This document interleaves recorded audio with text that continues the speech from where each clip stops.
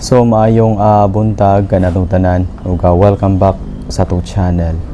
Ug daghan kayong salamat mga par sa inyong pagsuporta o sa kuang mga viewers o sa kuang mga subscribers. Daghan kayong salamat ninyo. Unya, sa dili pa ta magpadayon mga par sa tuang video reaction, palihog ko og subscribe kay para ma-update mo sa itong mga i-upload nga mga video reaction. So karon mga par, ang bana ni Sara Duterte nga si Mans Carpio mo-file og kaso sa mga taga-Bangko Sentral ng Pilipinas tungod sa ilang pagpubliko sa ilang mga personal account, sa ilahang mga bank account. Og apil na sa gipasakaan og kaso mga par sa bana ni Sara Duterte sa ang pipila ka mga congressman sama nila ni Luestro, nila ni Laila de Lima o uban pang mga congressman mga par nga mo'y nangusog nga ipubliko ang mga bank account sa pamilyang Duterte.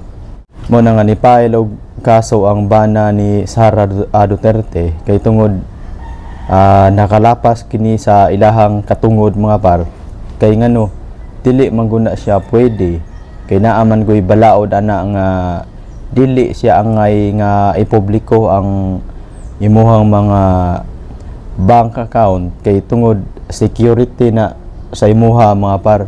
Kay gilikayan mo na siya mga par nga mahibaw-an ka sa mga laing mga tao, ilabi na itong mga tao nga mga daotang mga tao nga katong mga tulisan, delikado kayo ka ni ana mga par. Mao nang gidili yun na siya sa balaod nga ang pagpubliko sa imuhang mga bank account. Gawas lang kung naay order sa court. Unya wala may order sa court mga par nga ipubliko ang ilahang bank account. Mao nang ni-file og kaso ang bana ni Sara Duterte. Ilabi na nga ang bana ni Sara Duterte mga par, usa siya ka private person og dili siya politiko. Unya ilaha pag yung giapil mga parang katong mga pila na katuig nga nilabay sa mayor pa si Sara Duterte nga to sa Davao nga dili na magyud unta to angay nga iapil pag yun. Unya kay giapil man sa taga Bangko Sentral ng Pilipinas og publiko, giapil man nila og kanang pakita, giapil man nila og kwenta.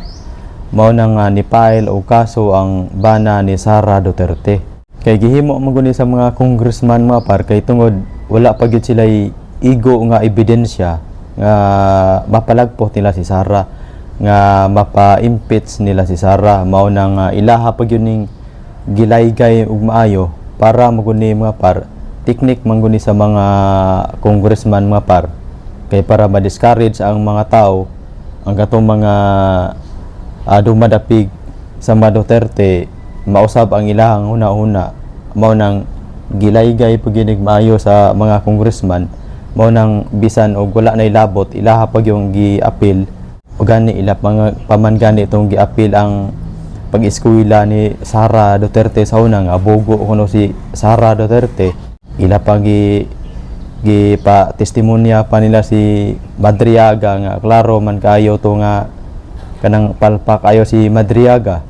Wala man to mosalir ang testimonya ni Madriaga mga par kay moingon siya nga bogo si Sara Duterte. Mayo untag classmate sila ni Sara, mayo untag kanang siya ay maestro ni Sara Duterte kay nay rason nga makaingon siya nga bogo si Sara. Unya dili man sila classmate, dili sad siya maestro ni Sara. Mao nang palpak ayo tong pagka testimonya ni Madriaga. Pero bisan pa man ni ana mga par, bisa giunsa pa nilagdaot maayo si Sara, bisan og gilaygay pag yun nilag maayo si Sara, pero ang mga tao nang suporta maghapon ni Sara, naa maghapon ni Sara. Mugani si Sara sa baguhay lang survey, si Sara gihapon ang pinaka taas og rating sa mga par. Siya gyapon pinakataas nga rating sa mga kandidato karon nga mudagan pagka presidente sa 2028. Gilaygay gini maayo sa mga congressman kay para magyud na nila nga ipakita gyud nila sa publiko nga ma-discourage ang mga tao. Unya ang mga tao mga par mautukan magayo kay nakasabot man sa ilang gibuhat nga usara kapag pangdaot sa mga Duterte mo nang dili gyud sila makaguba sa mga Duterte mga par. Kaya mga tao wa man mutuo nila na ginituo nila pero gamay ra gyud kayo, pila ra gyud ka buok. Mas daghan pa gyud ang nagsuportar ni Sara Duterte karon mga par. Mao nay prangka nga pagka istorya.